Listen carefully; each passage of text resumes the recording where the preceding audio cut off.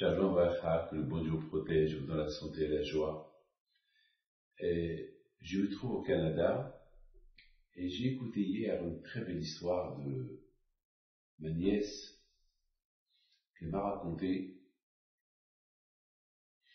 une histoire à ma où il y a beaucoup d'émouna. Elle m'a raconté que lorsque j'étais malade,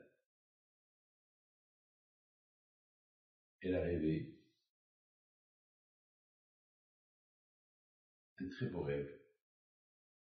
Il y avait mon père qui est sans grand-père, parce que ma nièce est la fille de ma sœur. Et je raconte l'histoire avec un résumé. Et à un moment donné, mon père, il a pris une feuille, il a rempli avec l'huile, et il lui a dit, voilà, ça c'est pour David.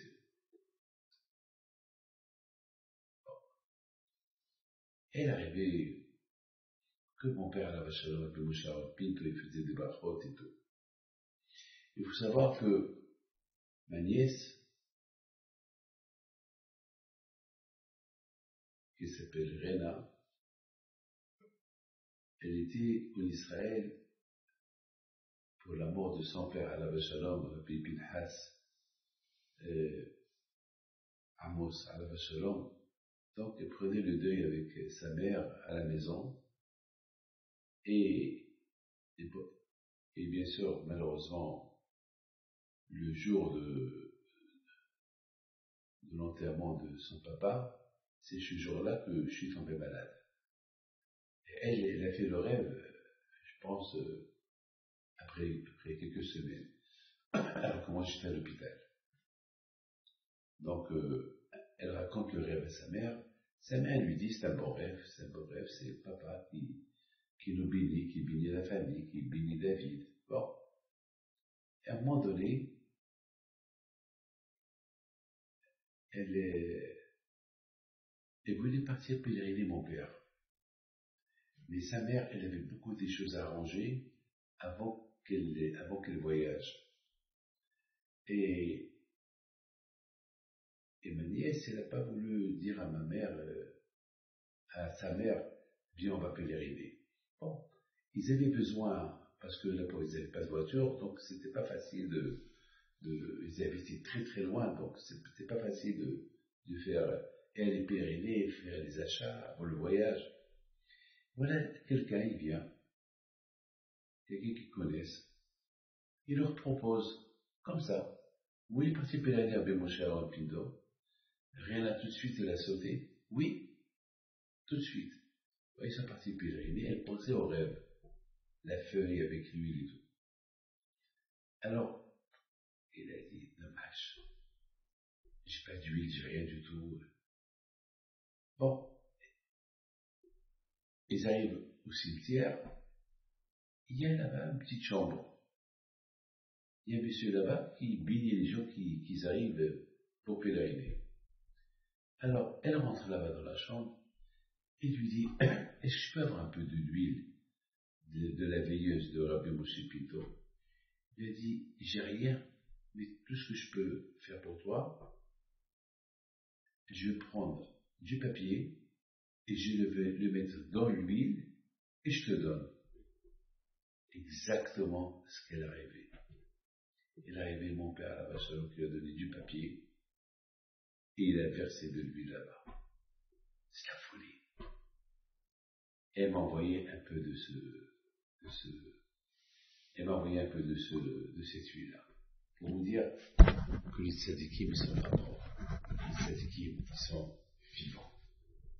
Vivants. Et on voit par exemple, dans la paracha de cette semaine, on voit comment Yaakov Avinu alav shalom, dans la paracha Vaïtsé, on a vu comment Yaakov Avinu alav shalom, lorsqu'il est parti Yaakov Avinu, il a quitté sa maison, il est resté à l'Yeshiva 14 ans. 14 ans, il a étudié la Torah, avant qu'il est parti pour chercher la femme avec laquelle il va se marier. Il faut savoir que Abraham Avinu était vieux, il n'était pas jeune. Lorsqu'il est arrivé chez son futur beau-père, il avait 77 ans. 77 ans. Et les tzadikim, ils sont comme ça. Les tzadikim, chaque tzadik, il a une façon, comment nous apprendre à vivre dans la vie. L'émouna. Et Yaakov Avinu, il rêve un rêve avec Akadosh Baruch Hu. Il rêve qu'Akadosh Baruch Hu, il fait des brachot. Il rêve qu'Akadosh Baruch Hu, il promet des promesses. Alors je me suis posé une question. Hachem, tu promets des promesses à Yaakov, et tu vas te marier, tu vas avoir des enfants, et tu vas être riche, dadada, patati, patata, patata. Mais le pauvre était pauvre, il n'avait rien du tout. Parce que lorsqu'il a quitté sa maison, son neveu, il voulait le tuer. Et Yaakov lui a dit, écoute-moi, au lieu que tu me dis, voilà, je te donne tout l'argent que j'ai, et un pauvre, il est considéré comme un mort. Ne me tue pas. Alors, Eliphaz, il a dit, bon, papa, il va être content que j'ai pris tout l'argent de Yaakov. Parce que papa, il adore l'argent. Bon. Mais j'ai pas compris.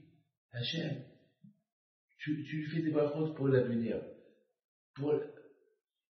Mais donne-lui quelque chose maintenant. Au moins qu'il ne va pas les mains vides. Chez Lavan, c'est un bandit. Lavan, il adore l'argent. Lavan, lorsqu'il va le voir qu'il n'a rien du tout, il va le jeter. Donne-lui quelque chose. Il n'a rien donné. Yaakov Avinu, à la Shalom, il était un homme qui pouvait faire des miracles. Des miracles, il pouvait faire. Il parle avec Hachem. Il peut transformer une pierre en or, en diamant, s'il veut. Mais il était émet. Il était un homme de roi. Il a dit, ce que tu ne m'as pas donné, je ne vais pas inventer ce qu'il ne m'a pas donné à Hachem.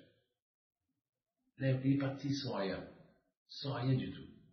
Et bon, Hachem, 22 ans plus tard, il est retourné avec 12 enfants, milliardaires, avec une richesse colossale. C'est ça le prix de l'aïmouna qu'on a à Kadosh. Alors, la bataille, l'aïmouna de tous les gens qui ont prié pour moi, ça fait son effet. Kadosh Baruch Hu, il a fait que mon père, il vient de le rêve chez Réna, et il a fait ce qu'il a versé l'huile dans un papier. Et regardez comment le lendemain, un taxi qui vient, qui l'apprenne, qui lui propose de la prendre panier de mon père, et de là-bas, le monsieur, il lui fait exactement ce qu'elle a rêvé. Un papier, il a trempé dans l'huile, il lui a donné. Comment vous comprenez ça? Donc, mes amis de Sadiq, même après leur mort, ils sont vivants. Que leur zéro soit avec vous à mes cœurs.